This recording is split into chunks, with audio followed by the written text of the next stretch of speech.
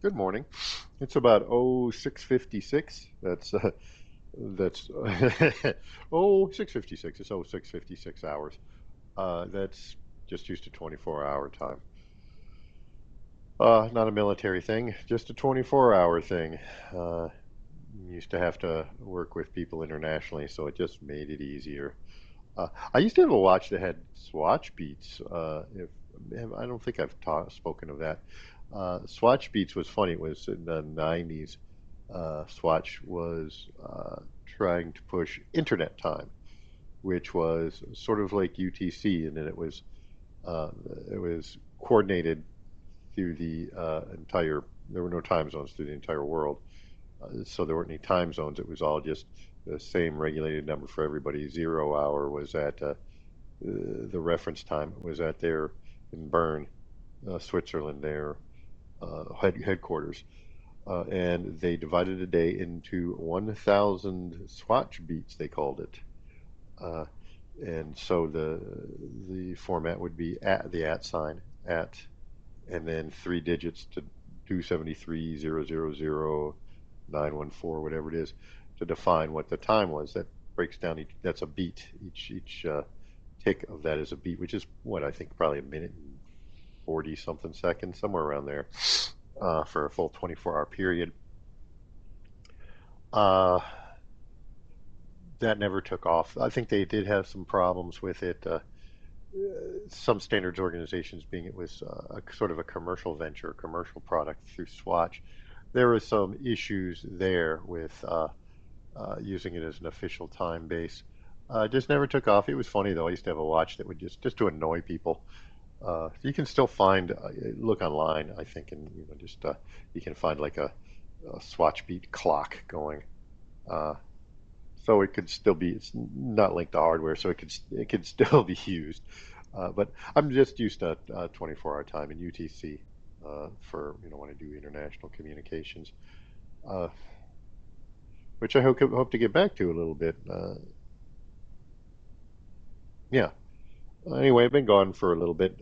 Not gone, but health took a little bit of a downturn. Uh, Nothing life-threatening, anything like that. Chronic pain, though, so I can't complain. But sometimes I still do, uh, which will, exhaust you and warp your little mind. But am I feeling better? Don't know. But and I've already gone through the periods of powering through it, so I'm trying to manage it, and that's doing what it's doing. But I am still attempting to just continue to live life. Again, no pity for me though. I'm doing great. Uh, my, I have a friend that was having some real bad times, emotionally and psychologically, and she's doing much better, much more stable. Surprising what a jet ski can do. uh, Life's in chaos right now. There's some repair and renovation and things that are happening where I'm living, and that's throwing things into chaos and lots of packing up. Though anytime you live somewhere, I would, I would, I suggest to myself at least that every 3 years, pack up like you're moving out and move back in because the clutter and things you just forget to see. Uh, you just lose sight of it. You put something down, or there's a project that's 80% finished, 9% finished, and you just don't get around to buttoning it up, and then you stop seeing it. Uh, so I'm going to try to avoid that this time around, and the packing up has been sort of a mixed blessing. It's put things in chaos for sure. Uh, but it's painfully good to do. Uh, so everything, the work where my work area is completely messy, cooking, everything. That's okay. The dogs are liking that I'm sleeping on the floor with them. So that's a plus, I suppose. At least it is for corgis with their short little legs. What else is going on? Speaking of chaos, so is my digital hygiene, making some switches to my hardware. I am going to try to catch up with the rest of the world and use a laptop with a docking station and see how that goes. I've always had sort of a laptop for, not always, laptop for um, mobile use, and then a full-on desktop of some sort for other, desktop productivity. Sometimes a couple machines, but I've always run sort of older machines. Maybe I've gotten, if I've gotten one brand spanking new at some point,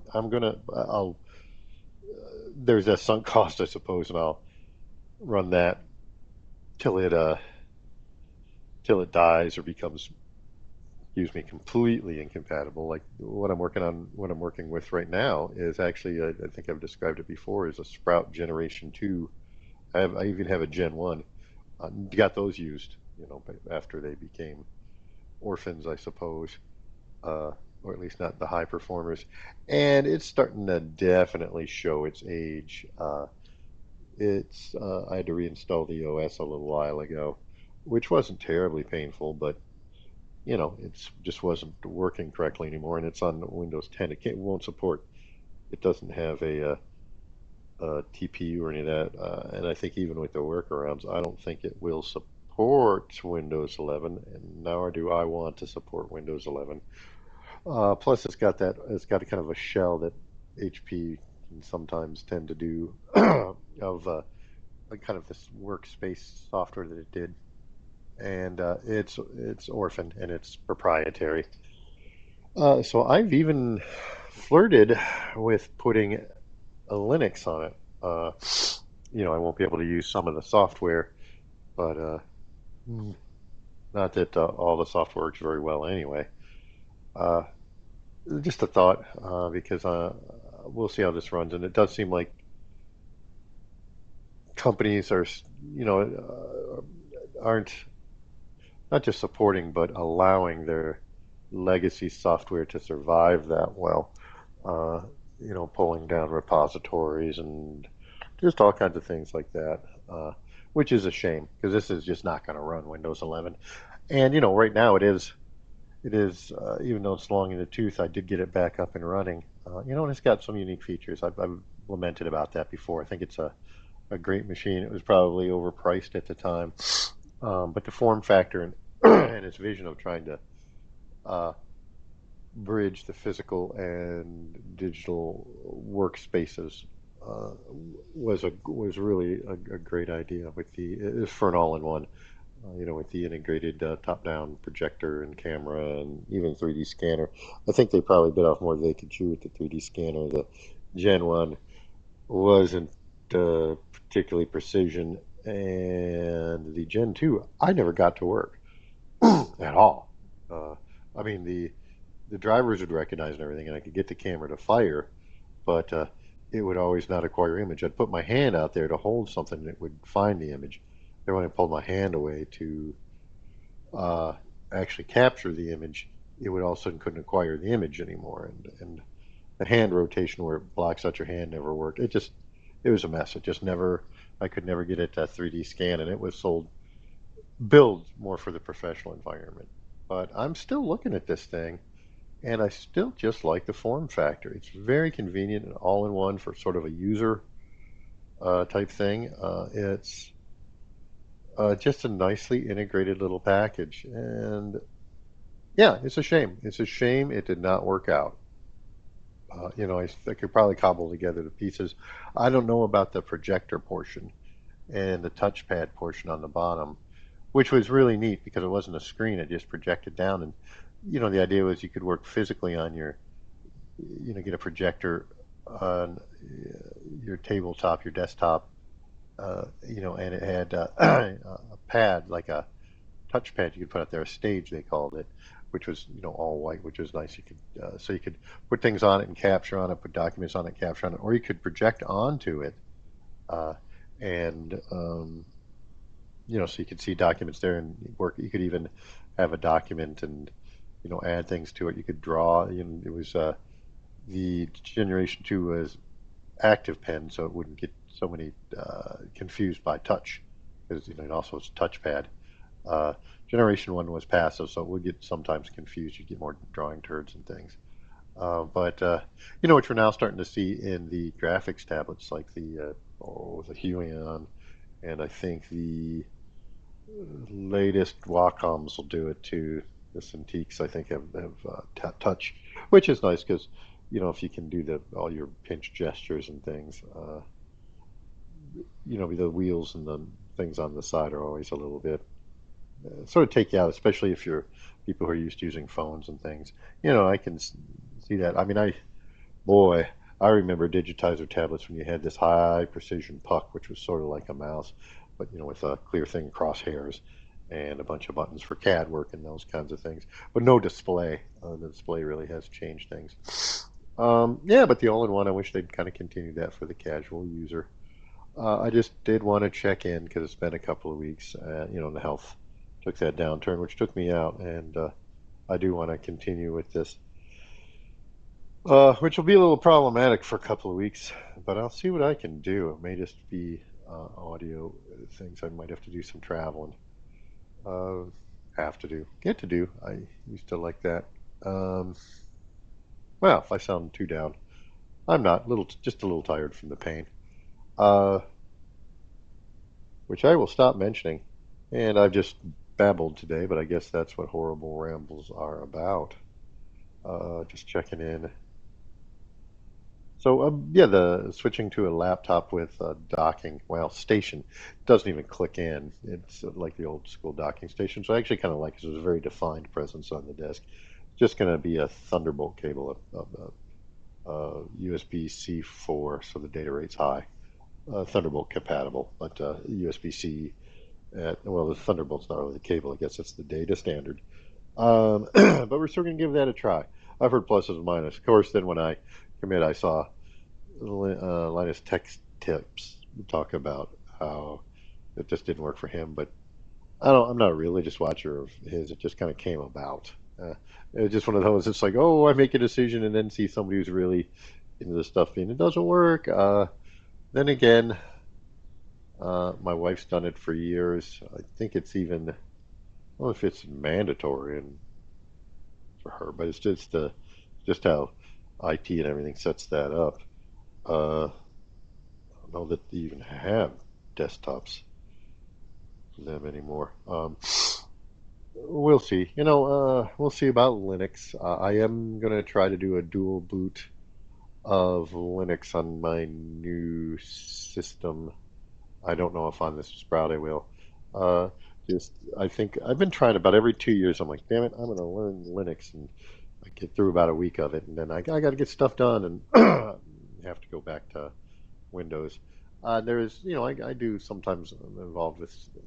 Sometimes I have little proprietary pieces of software that I use, so I do have to go back for that. But hopefully, I can see if I can just do that, just make that sort of the specialized operating system and use Linux for my primary because I don't like Windows 11 any more than anybody else does.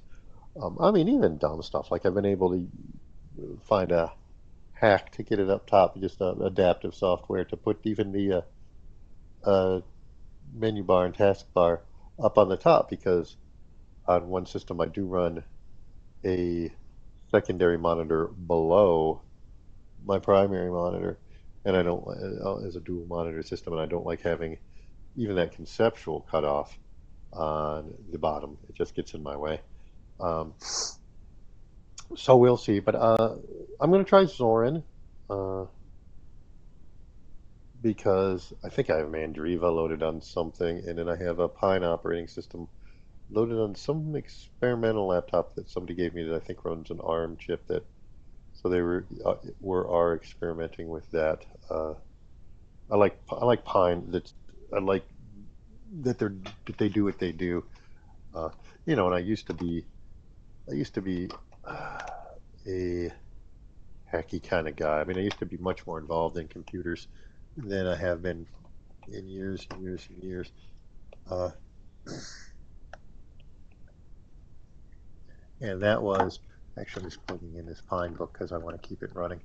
I want to make sure the battery doesn't discharge. But maybe it's a renaissance for me of being a little more involved in that kind of stuff. Things have changed so much, but in not just being I moved away from computers for a long time, but maybe it's time for me not to do it, just be mere user and have some advocacy. But I've decided to move to Zorin as a everybody's billing it as a pain-free, well, less pain.